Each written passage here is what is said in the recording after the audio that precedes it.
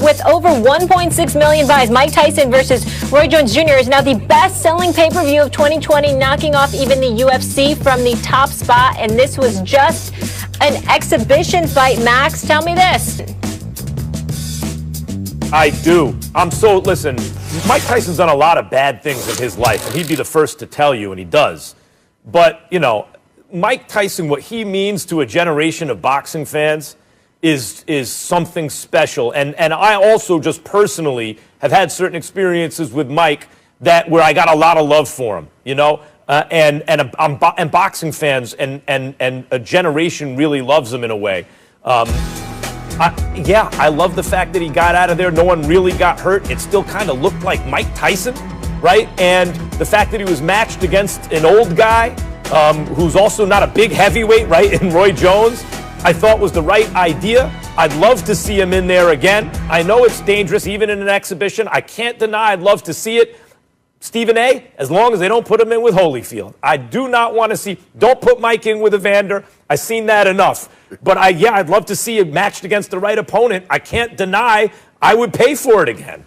I don't want to see it. I would tell you that I certainly don't want to see him against Holyfield, but I got to tell you something right now. I think it's more psychological with Holyfield than anything else, because I think that Holyfield obviously was never fearful of Mike Tyson and went in the ring and showed why.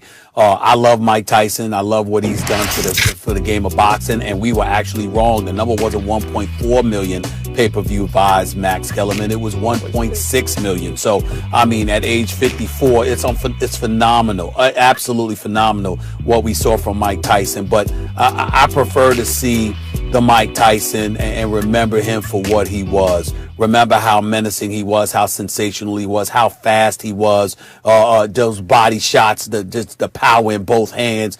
I just want to remember the best of Mike Tyson. Listen, we all get to a point where, Father Time comes knocking at our door. And we just ain't what we used to be anymore. And even though at 54, he is better than most of the planet, considering how he got himself in shape to the fighting weight the guy was damn near the weight that he was when he was fighting in his heyday, for crying out loud. Major props to him. All I'm saying is that, you know what? Still, when he got in the ring, he was 54 years old. And so for me, I just don't prefer to see that. If he needs the money, then more power to him. I'll support him because I love the guy. And he got in shape and didn't cheat us. But I just say to you that I prefer to see Mike Tyson from his heyday. No, Mike is raising money for charity. I agree. I got it. I understand that. I just prefer to see Mike Tyson from his younger days as opposed to in his 50s. That's all. Nothing negative. Listen, it's my preference. I don't want to see Mike again, but if he do it, I'm paying for it. Yeah.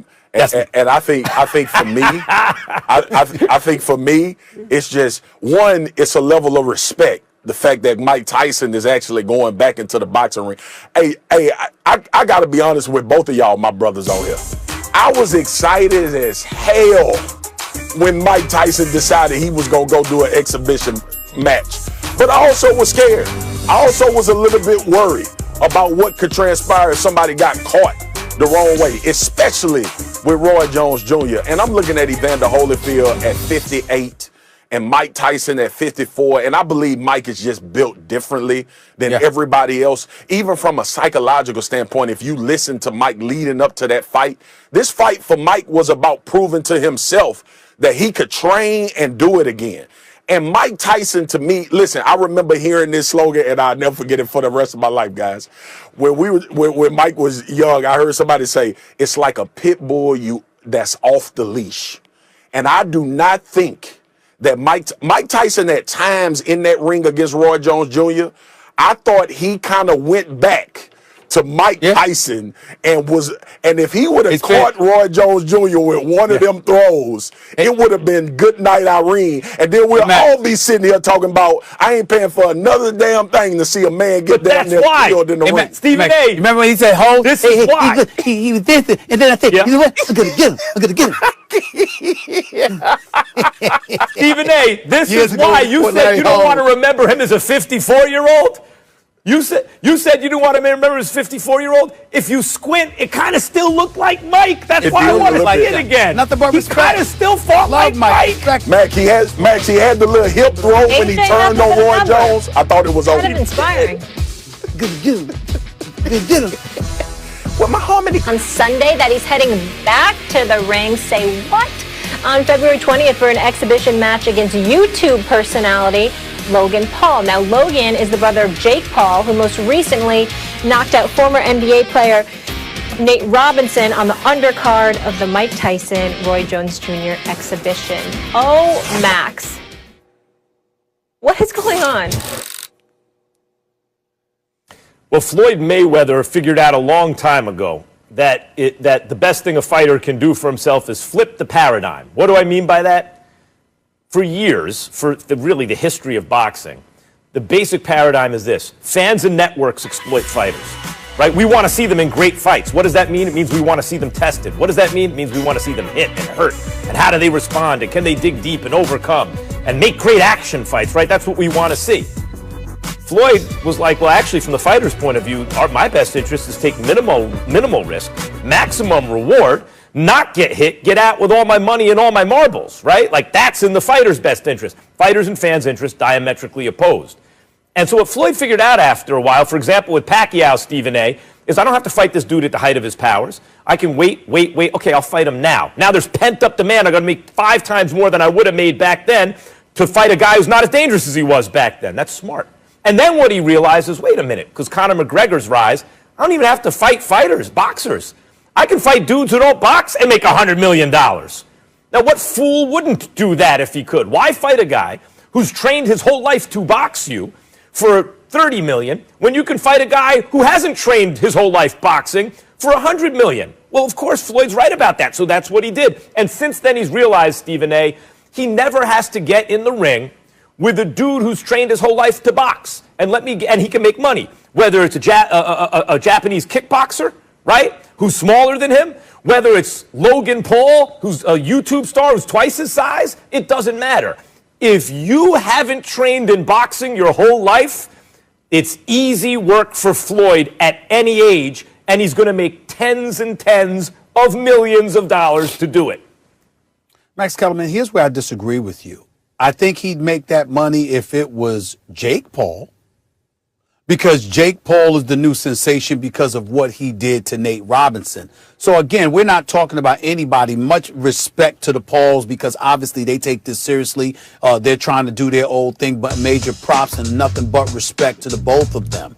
But in terms of Jake Paul, because of what he did to Nate Robinson, the bottom line is he is the guy that is more popular right now, from my understanding. I could be wrong. I apologize if I am. But from my understanding, I think he's the guy that is more popular because of what he did to Nate, who Floyd knows, because Floyd knows a lot of these NBA players. And a lot of these NBA players talk to Floyd. So seeing what happened to Nate Robinson was not a good thing. And Floyd was very encouraging on social media to Nate Robinson, giving him a lot of props for being brave enough to step in that squared circle. And I appreciate that from Floyd.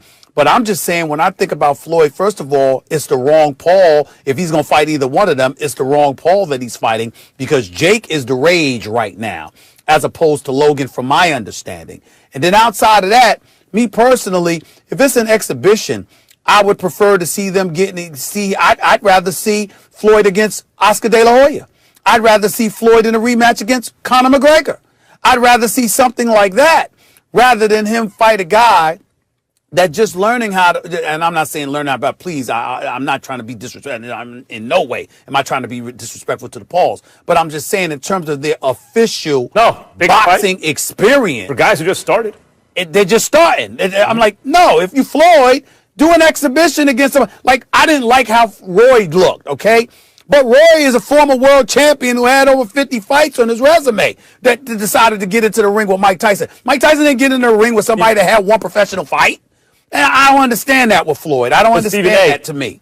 Logan Paul actually has more Twitter and Instagram followers than Jake Paul. They both have in the millions. No, I'm just talking about right now, Matt. Even bigger on social media. Yeah, I'm just talking about because of Nate Robinson. Sure, but maybe Floyd's looking at Jake like, maybe Floyd's looking at them like, Jake is going to be a little harder. Logan will be like, who knows? The point is, he is going to go make a big event and make many millions of dollars for boxing a guy who hasn't been boxing his whole life. He's figured that out. He could do that till he's 75 and make money every time. By the way, Mike and Roy just moved 1.4 million pay-per-views. 1.4 million. That's more than like Triple G.